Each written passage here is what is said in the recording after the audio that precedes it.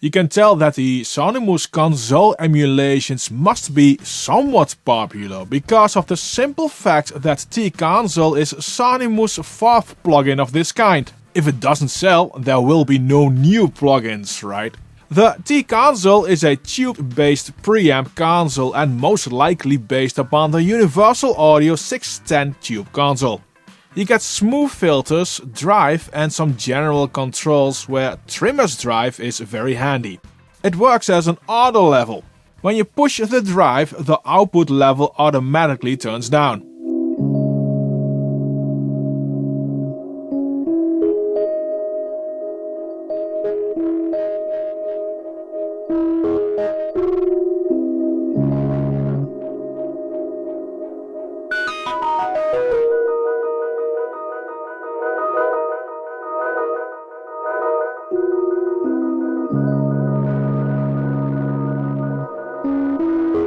The fat switch changes the harmonic behavior and push controls change the amount of harmonics. That is enough to play around with. What I don't like is that on my Windows 11 test system, the GUI always looks garbled when you load the plugin. I have to move it out of screen and back to have it look good. You can link T-Console instances together in a group. Now this linking only applies to the drive level and the bypassing of the saturation and fat controls. Nothing else. Any filter settings and initial drive you have to set per channel. For me, the main benefit of having this console option is for creative decisions. You can have every channel push more into saturation by adjusting just one control, which can work well for automating during a song.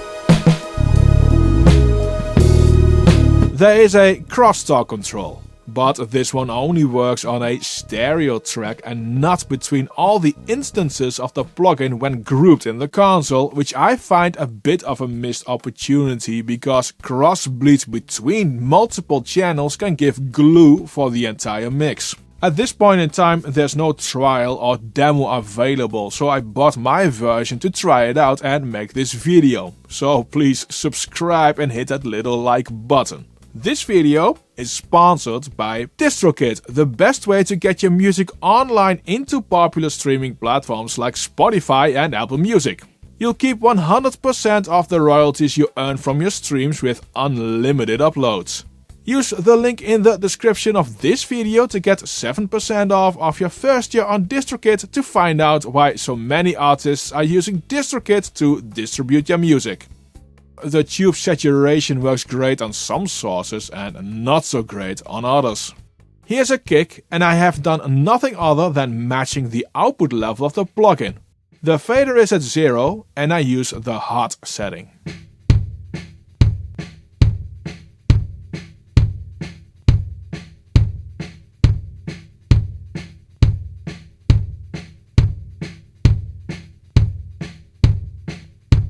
It's subtle, but you can hear that the kick gets a bit more focused sounding. There's also slightly more high end and the low end rumble is also a bit less.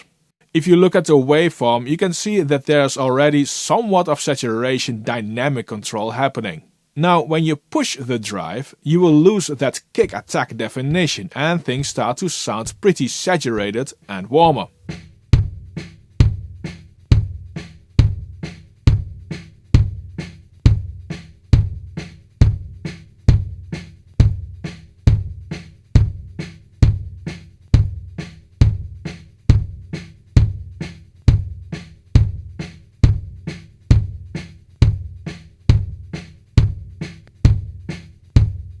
I wouldn't necessarily recommend using this preamp for this type of rock kick. A Neve or API type will probably work a lot better. But that's also a part of mixing, finding the right tools that work with a certain sound. Here's T-Console on a vocal. Don't need to fight it. Don't try to deny the thing that sets you free. You don't need to fight it. Don't try to deny the thing that sets you free. You don't need to. It already nicely evens out the dynamics. When you push, it adds a lovely distortion. Thing that sets you free. You don't need to fight it. Don't try to deny the thing that sets you free. And combined with the filters, it's easy to do the well-known telephone effect. Don't try to powerful and free.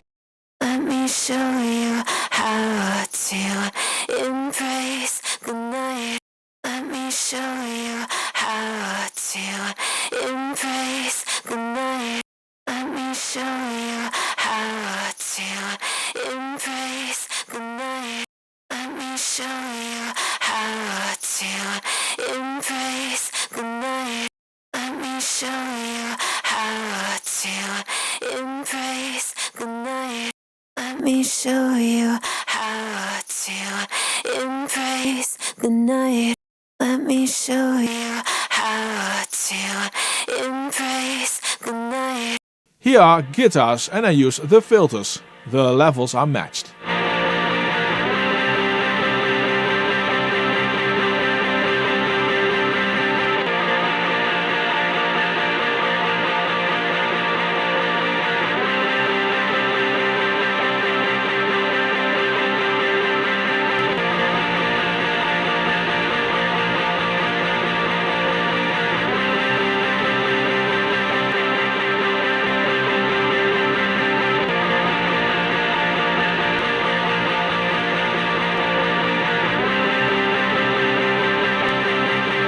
It sounds more focused again, and for the biggest part that is due to how I have set the filters.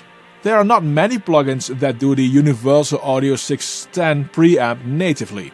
By Universal Audio you get the 6176 channel strip, which comes with more functions like a compressor section and EQ. But let's do a quick comparison between the preamp section of the 6176 and the T-Console.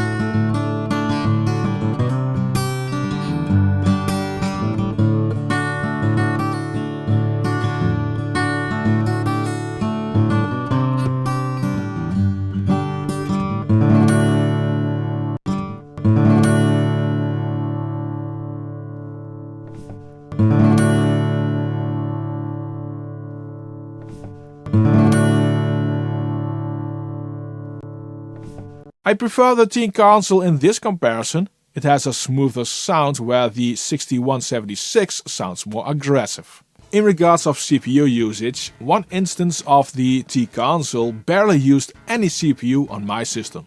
Using 16 times oversampling increased CPU usage about 4 times for one instance and added 0.9 milliseconds of latency at 48 kHz. Multiple instances didn't scale linear, they all added a bit less and less in CPU usage. I think the main reason why you want to get the T-Console is for its tube sound, which can go from subtle to overdrive, and perhaps the console. But that one requires you to set up many channels and perhaps change your workflow. If you go that route, I think the T-Console will be used best as the first plugin in a plugin chain, like a console.